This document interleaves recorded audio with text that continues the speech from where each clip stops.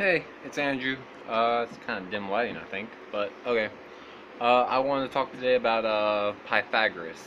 Maybe you've heard of the Pythagorean theorem. It's like in algebra. So if you're below like I don't know, maybe seventh to ninth to eighth, 10th grade, you might not have heard of this yet, but you will. So maybe you'll learn this early. Um, Pythagoras was a Greek philosopher.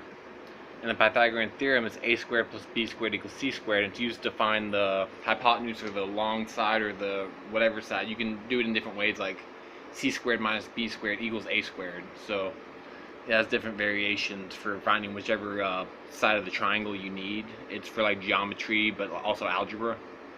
Um, Point being, it's called the Pythagorean theorem. He started his own school of metaphysics, music, ethics, math, and politics. And he actually came up with, let me get my guitar, his own musical scale. And he did it, the story behind it is he went into a blacksmithing place and they were hammering down molten metal, like metal sheets. And as he heard them, he's found out that after every certain amount of hits, there's like an octave, a perfect third, fourth. So like, hear the music behind this. I think I have it down right. It's how I've started learning to play the bass. So, like his scale would be like 3, open, 4, and it creates a 3/4. Let me read the rest of them, just so I have it right. A perfect fifth would be 3, open, 2, but it goes everywhere from 15, open, 8, 9, open, 8, 5, open, 4, or 5, open, 3. It can't just go 1 and you just go up 1 and go to 2. So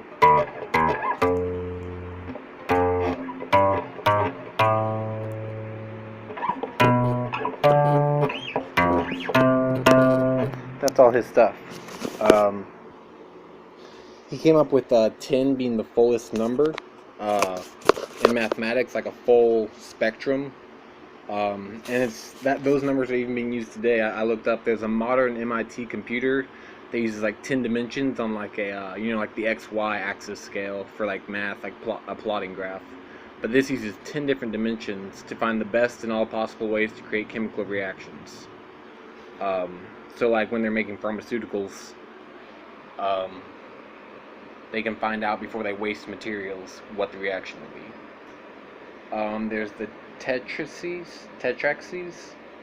which are the first one's a dimension, the second one's the first dimension. It's like a triangle with dots, and has 10 dots on it, and it goes like 1, 2, 3, 4, and those are the first three dimensions,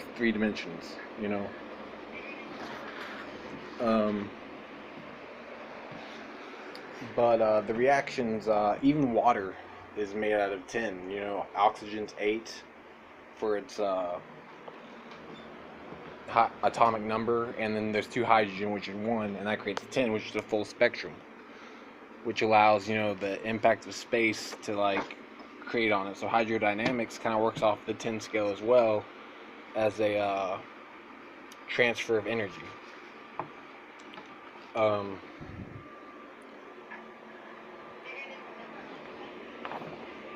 Anyways, he also came up with something called the